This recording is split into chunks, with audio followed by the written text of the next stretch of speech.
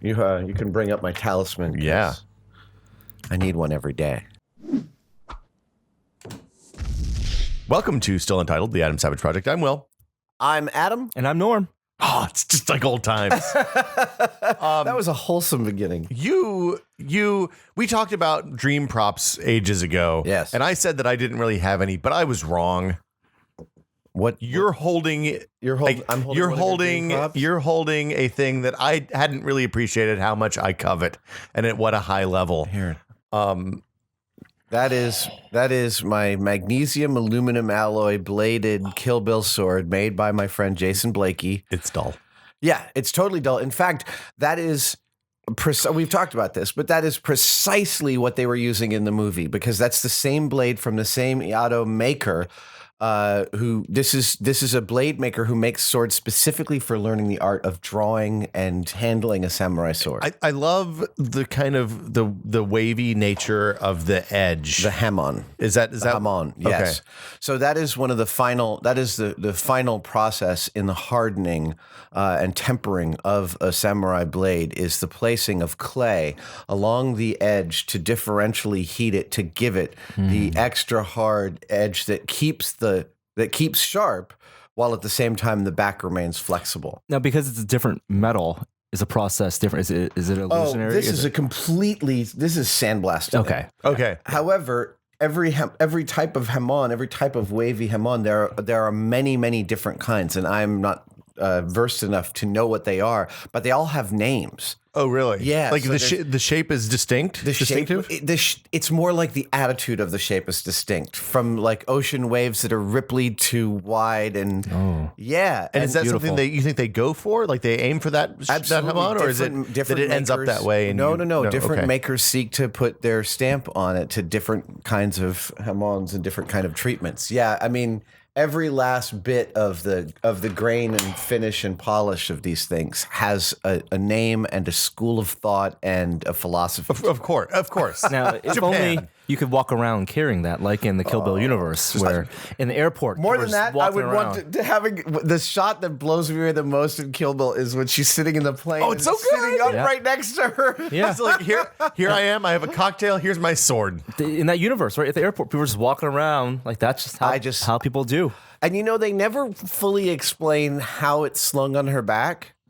There's no like she doesn't have a shoulder strap. Like usually you have like a thing across. There should be something, and there is something. I don't know what it is. I've looked at screenshots and I haven't quite determined. I want to wear one on my back. That's your entree if you ever meet Quentin Tarantino. That is. How in the hell was she holding the sword on her back? That's all I want to know.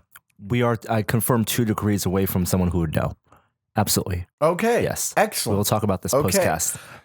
So a few years ago, actually, 2 years ago, I went down to L.A. because in L.A. there's a theater called the New Beverly Theater, which shows great midnight movie type movies, schlock, shock. They have like the Room and stuff like that there. Yeah. And it's owned by Quentin Tarantino. Of course. And they were almost going to close down, and Quentin bought it and said, as long as I'm rich, the New Beverly will have double features for $5. That's awesome. Right. And so a couple of years ago, he had a special run, as he is wont to do from time to time, of Kill Bill.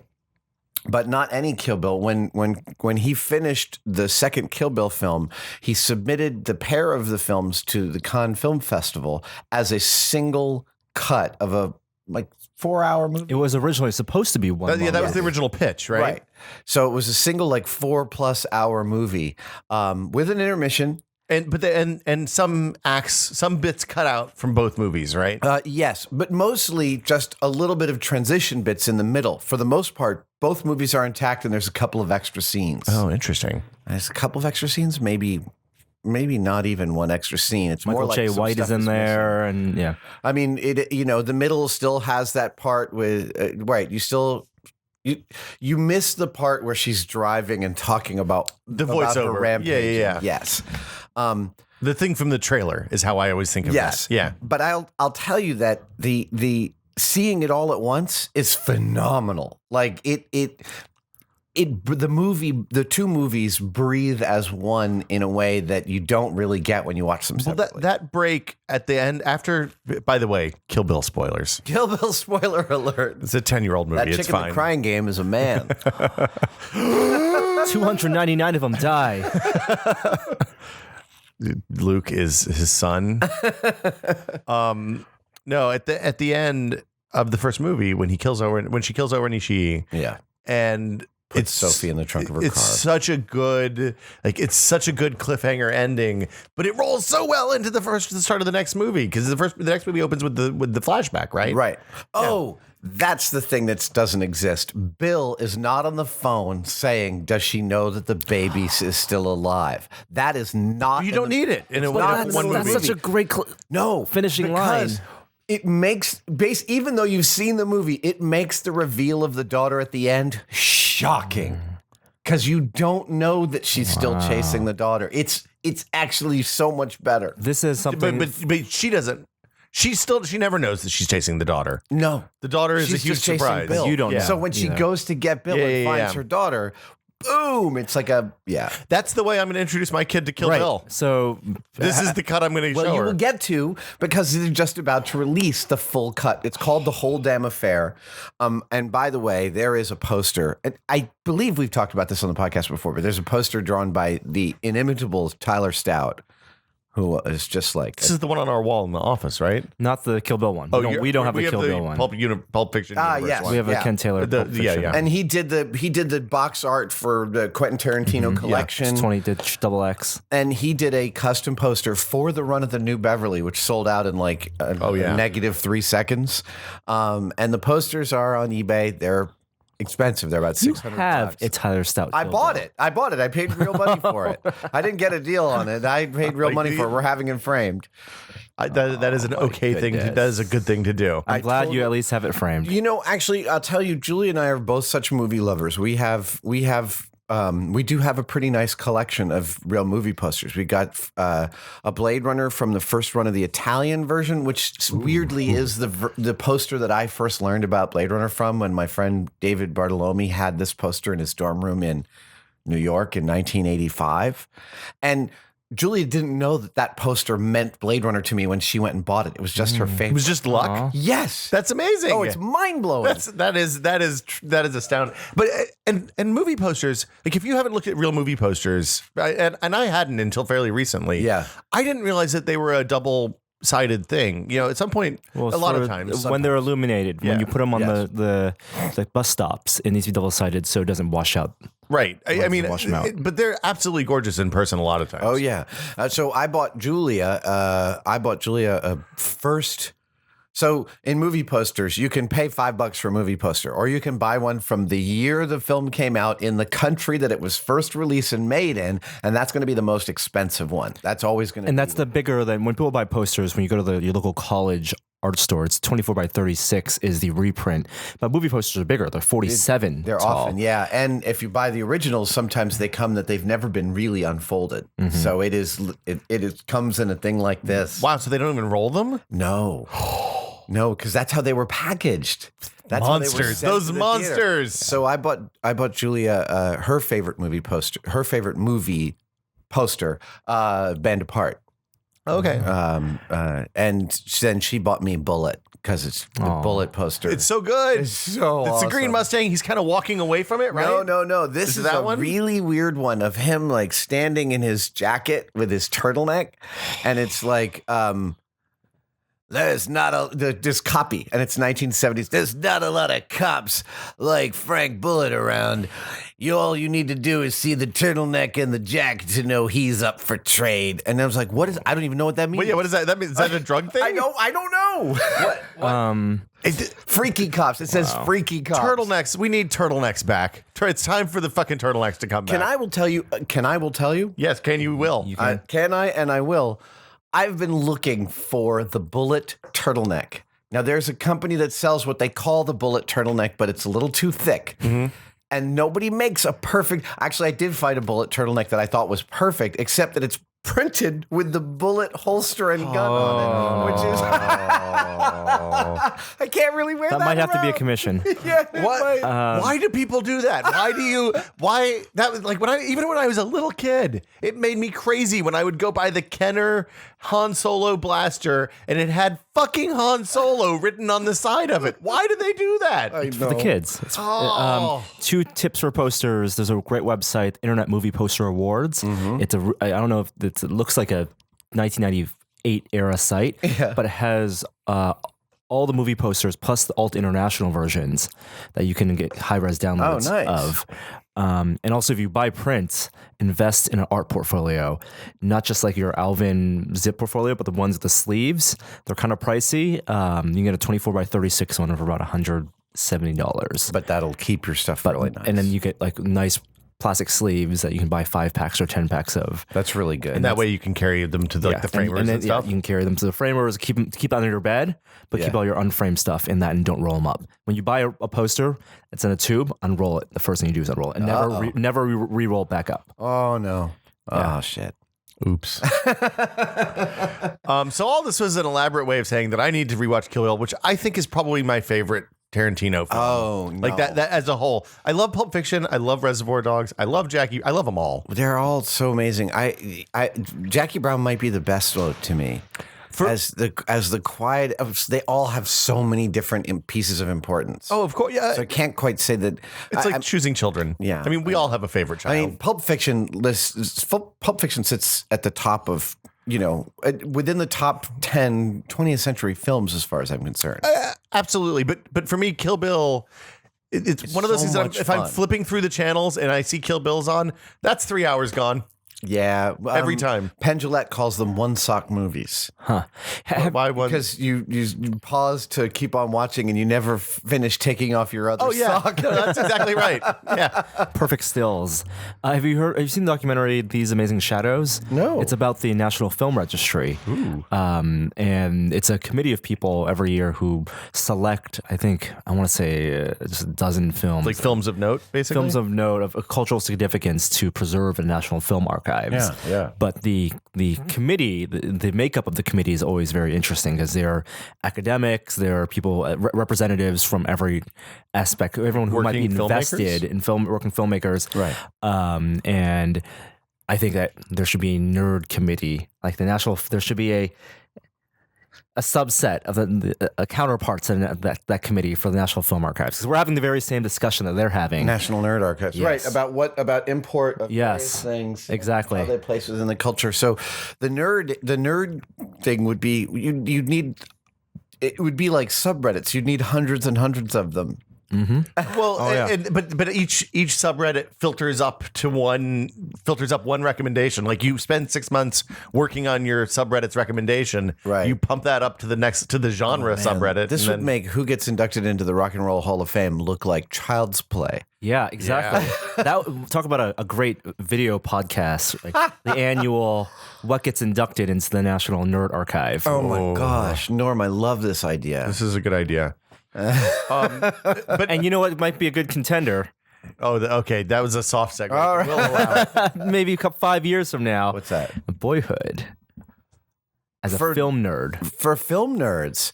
So Boyhood, that's nice. We should explain. Yeah, it was Well like I said, done. it's a soft segue. But we'll Some allow it. segue. So Richard Linklater has just released a film in limited release and then wider release. And by the time this podcast airs, Hopefully, you'll be able to probably get it on iTunes. If I had to hopefully guess. you'll be able to watch it on iTunes. Yeah. It's called Boyhood. He started making it in 2003. I think so. 10 years ago. No. thereabouts. 12 years ago. 2001. Because he spent 12 years making it. Okay. And it's just come out. So somewhere 2001, 2002, he started making it. He cast most people must know this story, but he cast a 6-year-old boy as the lead. And the film was about him growing up. And so they got together every year for a couple of weeks with a cast that includes Patricia Arquette, Ethan Hawke, and Lorelei Linklater, Richard Linklater's daughter. Oh my, what a revelation. Yeah, I Wow, know. really? She's amazing. And they filmed a family, a divorce family, A family story. a family story every year for 12 years. And so you get to watch this kid grow up. And the amazing thing is, Spoiler this movie, by the way. no one This really is a knew. spoiler cast? This is a spoiler cast. We're going to talk about the Spoilercast. pieces of it. Yeah. People never really, I mean, they didn't promote it at all. IFC paid for it. It cost them $200,000 a year. Ethan Hawke he was probably the highest profile. You saw his career go up and down throughout the making of this movie. When he started this, he was coming off of Gattaca, probably, right? Yeah. I think it's earlier. I think It's later. Gattaca Gattaca was late 90s, but Yeah. this wasn't too far off of like peak Ethan Hawke. Right. And they would say, "Oh, we're making a movie. Once a year, my buddies and I, we make a short film." Is how they would describe it. Is it? We've come, and if you think about it that way, it's like every year they made a short film. There were little vignettes. But is it cohesive? Oh, absolutely. Okay. So here's the thing that So I haven't seen it yet. Yeah. Just full disclosure, you guys have. and you will. And I don't think there's anything we could say actually about its structure or its plot that would genuinely ruin the experience of watching it, because it's not like any other film. He's done something really radical. One, in the shooting over 12 years. That's incredible. And I remember hearing about an idea like this early on. Apparently, Kubrick was thinking about doing something similar for AI. And apparently this is a rumor, but apparently shot some test footage with the young boy from Jurassic Park, with the idea that he'd shoot him over a few years. Oh my God, that would be amazing for AI. Right. As an acting challenge. Right. Because Boyhood, the kid is acting like a boy. He's growing up, but we were telling a Haley Joel Osment to be the robot. Right. Wow. That would be intense. Oh, that would be. But when you think about the actual, how do I put this? The remarkable aspect of shooting a film over 12 years is in and of itself so surprising that how do you grid a plot into that without actually lessening it, right? If you put some sort of mystery on this, then it just feels like a gimmick. Well, And Linklater rides this beautiful line of making an almost plotless movie that is really, it feels in the end like you've just grown up with a family. Like the movies that are family dramas that I like the most, almost always have that you walk away feeling like you're a part of the family and you just left the family reunion or whatever Exactly. the dramatic set piece is. So the fact that this takes place over 12 years is super interesting to me. It is, and it's in the end. Have you ever read 100 Years of Solitude? No. It's totally worth reading. Worth reading is the shittiest encomium I could possibly give. It's an amazing book, but one of the things I love most about it, and I've read it twice, is that when you're done with it, there's so much that happens in the book. You don't remember it all. It feels like a memory inside you, like the stories your family has. You internalize it. And Boyhood feels very similar. I think you're right. As a film nerd, Boyhood will be a historical document as one of the great pieces of casting in film history, because the main kid he casts as the lead, who he finds at 6 years old, is a remarkable actor. That's amazing. Like, if you look at people who've successfully cast at 6 years old to go across a long period of time, the only other time I can think of somebody doing that successfully was like a Harry Potter. You look at Chris Columbus for all three of them. That cast, was incredible. Yeah, casting. like even the supporting kids all turned out perfect. Like it worked out. Who knew? Yeah. But this is a much more challenging thing, I think, than that, because this kid essentially is carrying the movie, right? The family carries the movie. There have been other documentaries, for example, that have tracked There's the like lives kids, of 14 exactly. up, 28 Yeah. up. Now it's And at 56 up. So it's not unprecedented. What's unprecedented is the fiction of it. And in terms of the writing challenge, they had their loose outline of what they wanted to do, but all the actors contributed, so it was an evolving story. They had to roll with life as life happened. But I'm sure Linklater had an arc in mind. He said he understood the structure of the film when he first wrote it down. He knew what the first and last shots were going to be. What's the basic story? Like, it's a family that starts out happy with a 6-year-old kid that gets divorced somewhere along the way? You start out with a divorced family. Patricia Arquette is a single mom. She has 2 kids. They have to move early on. They struggle financially throughout the 12 years.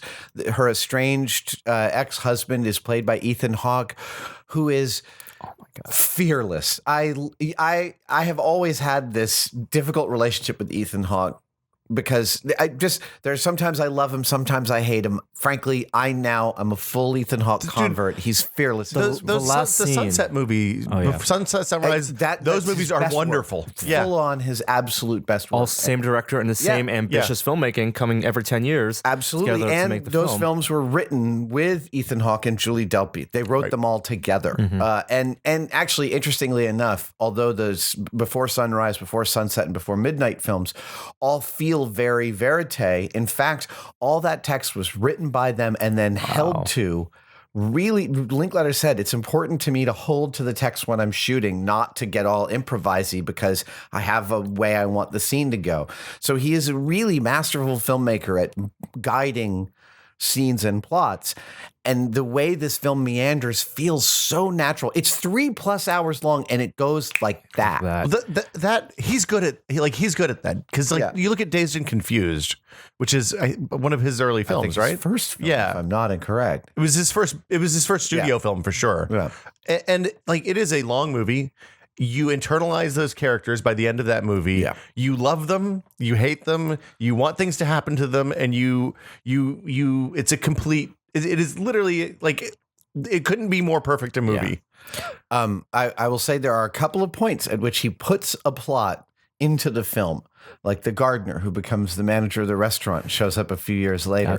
This is a bit that you feel emotional. I was so moved by this tiny little appearance of a character and then the reappearance. And the only reason, and what augments that is the fact that it was shot so many years later. Right. The whole film could have been written like a traditionally and shot traditionally. That story could have been told and it could have been cast with multiple parts for the kid, right? And then with makeup for the family. But this meta awareness of, as you watch it, you realize that these are actors that have done things with their lives and then also come back and to have the role right into it and to embody those characters immediately again. Well, I mean, and Patricia Arquette said that was the easy part. She said they understood these characters so deeply, just getting right into them, plus watching their bodies and faces change over a decade. Ethan Hawke does so well at playing cool dad at the beginning and sort of not cool dad anymore at the end. Like and dirtbag being No.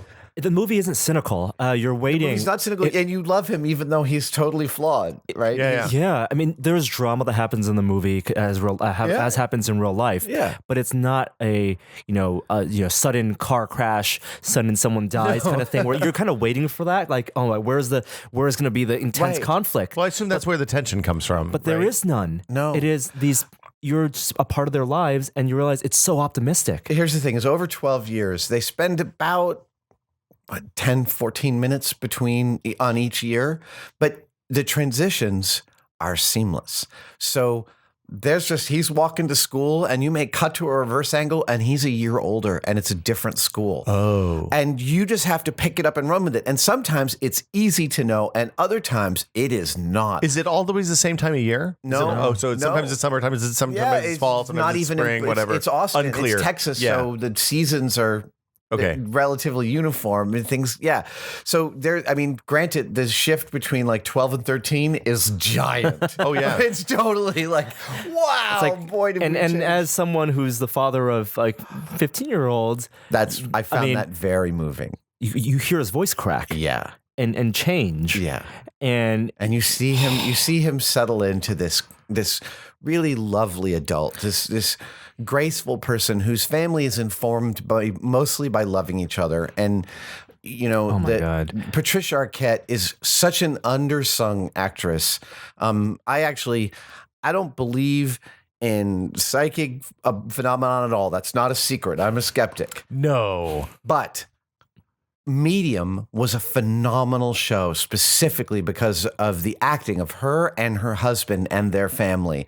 That was an amazing show. Patricia Arquette is incredible. She's always good. She's always good and has always been good. And she's really beautiful in this film showing the genuine struggle without being either heroic or pathetic. And in a way that makes it much more an important thing of it's kind of the way you remember your mom. Mm-hmm. You don't remember has one thing or the other, it's just, that's who she is. And the kid's relationship with the mom, the dad, because he only pops in occasionally with the mom, she carries them through the movie, and it's all her struggle. She hides a lot of it as moms would to their children.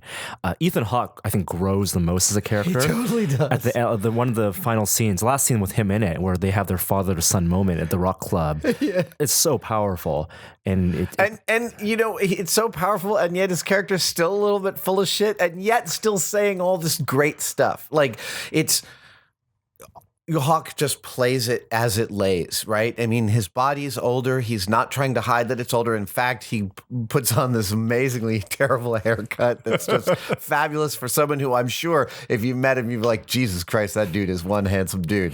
I mean, he plays it down so nicely. There are two things in the filmmaking I thought that was really smart.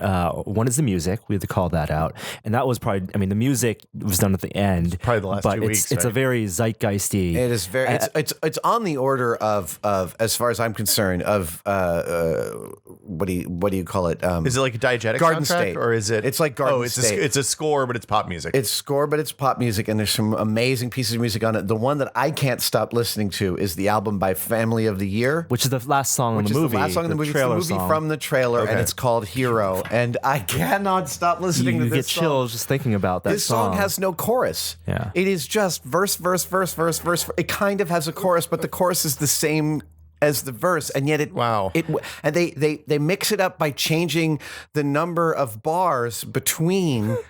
And that lets you know or feel that you're now in a chorus. It gives you the release that you get from the chorus without need. Do they use music from the time period? Yes. So when you're in the early thousands, it is Coldplay. So it is a soundtrack of the thousands. Okay. Yeah. So as anyone the noughties, you mean? of the aughts. God, don't call it the naughty. And I will cut you. It totally is. It's nostalgic in that way, but time appropriate. I mean, that you can say that's a little bit of a cheat because he could score it, whatever. Yeah. But these zeitgeisty things that they filmed, you can also imagine.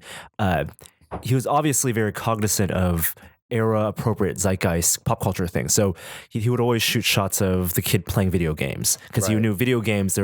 He's playing a Game Boy in the beginning. He's playing a Wii. They go to a Harry Potter book signing. So they do bring in bits of popular culture from each of the years that they're in, and he knew that they would be doing that. And I'm sure they shot a ton of that, like hear what could endure.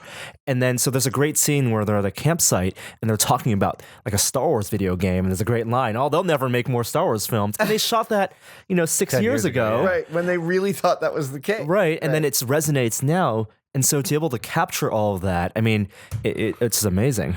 I also have to imagine just from a creator, from the standpoint of the people who are working on it, that it's almost like summer camp, right? Like every year you come back for 2 weeks, you see these people that you only see once a year, you get together, you work out what you're going to do, you go out and shoot it, and then you go away and you come back and you catch up again this next year around the same time. Right. And I have to imagine that's very unlike most filmmaking. Patricia Arquette said that last shoot was the hardest one because they used the same crew. Yeah. They used the same crew. They shot on 35 millimeter film, which for most of the crew was the only, for the last 5 years, was the only time anyone was using 35 millimeter film. It was all the same grips and everybody. And on the last two scenes take place about 8 hours apart in Texas.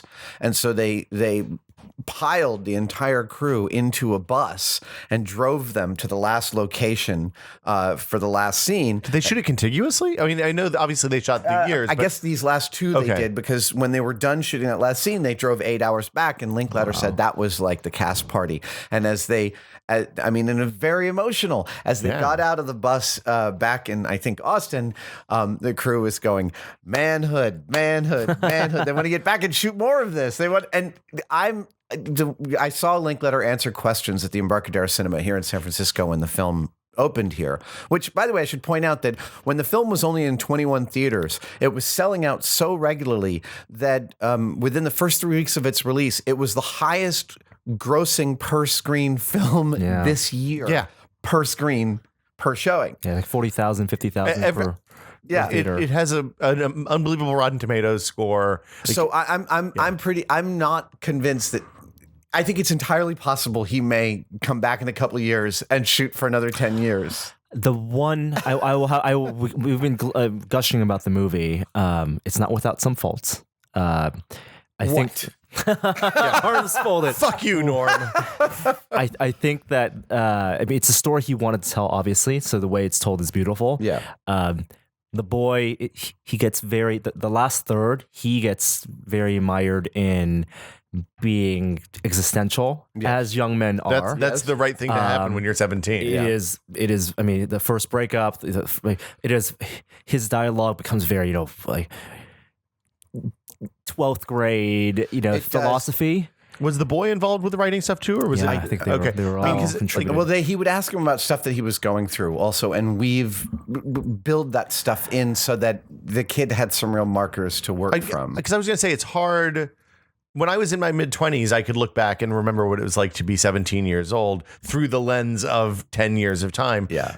Now, I don't think I could do that. I don't think I could write a 17-year-old that reads true to 17-year-olds. So wait, so what did you think didn't quite work? So I think the angstiness of it overwhelmed his character. See, I thought I understand what you're saying, and I can sort of agree with it, because it is a sort of the constant refrain of the last 3 years that the kid is, he's like, why are we always on a screen, man? And why can't we just live life? And except that's you can see that kid's going to shed some of that angry young man bullshit.